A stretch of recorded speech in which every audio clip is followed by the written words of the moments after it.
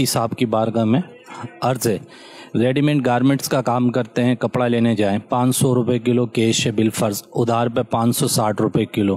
क्या शरअन ये जायज़ है कि उधार और नगद के रेट अलग-अलग? अब बिलफर्ज है, कैश ख़रीदने की ताकत नहीं है, 500 रुपये किलो कैश है, क्रेडिट में 3 महीने के चेक पे 4 महीने के टाइमिंग पे 560 580 जिस तरह से टाइम पीरियड होता है उस हिसाब से रेट होते हैं। क्या ये शरअन जायज़ है? इसके बारे में इरशाद फरमा दीजिए। रेडीमेड सूट और कपड़े के हवाले से, और इसका पता ये भी है कि ये भी तोल के बिकते हैं, यानी पर केजी के हिसाब से, और आगे ये पर पीस ही इनको फ़रोख्त किया जाता है आमतौर पे जो रिटेल के अंदर वो बेचते हैं। सवाल उन्होंने खुद ही बिल्कुल वाज़ेह कर दिया है कि आप उधार और किस्त, पहले तो हम सुनते हैं किस्तों का कारोबार, कोई फ्रिज लेना है, LCD लेनी है, मोटरसाइकिल, गाड़ी, या इस तरह हर काम में ये मामला चलते हैं। खरीद व फ़रोख्त की 2 किस्में हैं। बाज़ औक़ात ये होता है कि जिसके पास कैश अमाउंट है तो वो अपने कैश अमाउंट देकर ही वो चीज़ हासिल कर लेता है, और कभी ऐसा होता है कि आदमी को ज़रूरत चीज़ की है लेकिन उसके पास अमाउंट नहीं है कि वो उसकी अदायगी कर सके, तो वो 2 4 5 महीने टाइम ले लेता है। तो अब इसके अंदर फिर एक बीच का रास्ता ये निकाला जाता है कि ठीक है, अगर आपके पास अभी अमाउंट नहीं है तो फिर मैं इसको महंगा करके बेचूंगा।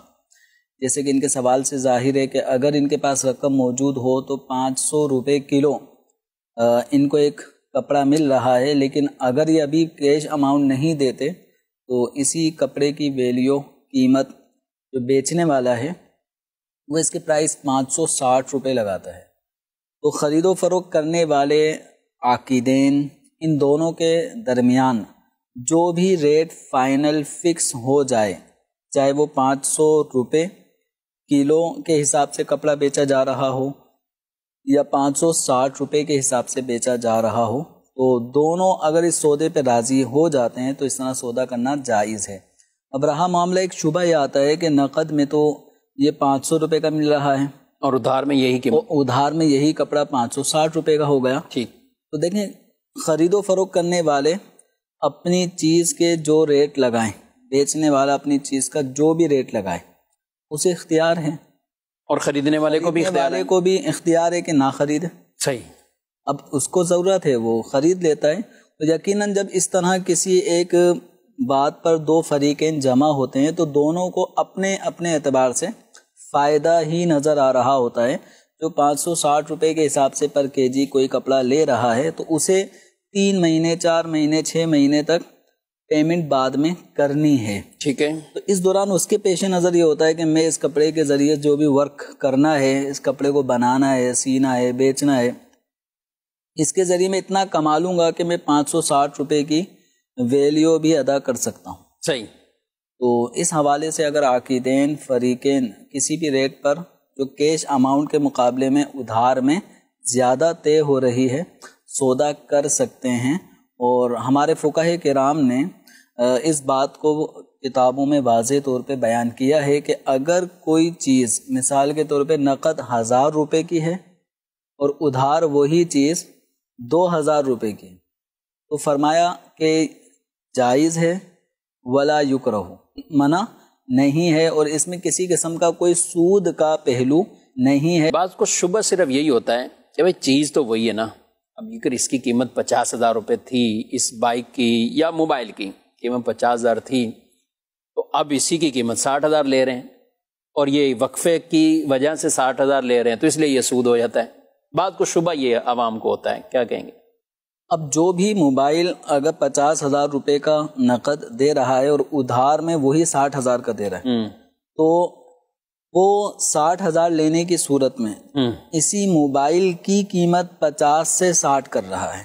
ठीक, तो आप जो 50 से ऊपर 1 2 3 10,000 मजीद दे रहे हैं, तो वो इसी मोबाइल की कीमत और इवज़ है। ठीक है, उसने ये नहीं कहा कि ये मोबाइल मैंने 50,000 में ही बेचना है, लेकिन आप पैसे देंगे 6 महीने बाद। इस 6 महीने का जो गैप आ रहा है, इसके मैं 10,000 रुपये अलग से लूंगा। बेचा 50 का, लेकिन 6 महीने बाद आप पैसे देंगे, तो इस 6 महीने का जो ड्यूरेशन मुद्दत के ऊपर इस मुद्दत के मैं आपसे अलग से 10,000 रुपये ले रहा हूँ। تو اب موبائل کے 50 ہی ہیں، مدت لمبی ہونے دراز ہونے اس کی وجہ سے وہ 10,000 عوض مدت کا اگر لے گا تو یہ ناجائز ہے. لیکن اگر وہ کہے کہ بھائی یہی موبائل 50,000 کا نقد ہے، یہی موبائل 60,000 روپے میں ادھار، لیکن یہ جو 60,000 ہیں وہ تقسیم نہیں کر رہا رقم، صحیح ہے، کہ 50,000 موبائل کے اور 10,000 روپے 6 مہینے آپ کو جو میں وقت دے رہا ہوں اس کے. ایسا کوئی بھی مسلمان جو قسطوں پہ انسٹالمنٹ پہ سامان دیتا ہے تو وہ الگ سے مدت کے الگ سے پیسے نہیں شمار کرتا. بالفرض اگر کوئی کرے تو وہ غلط کر رہا ہے، تو وہ غلط ہوگا، وہ ناجائز ہوگا.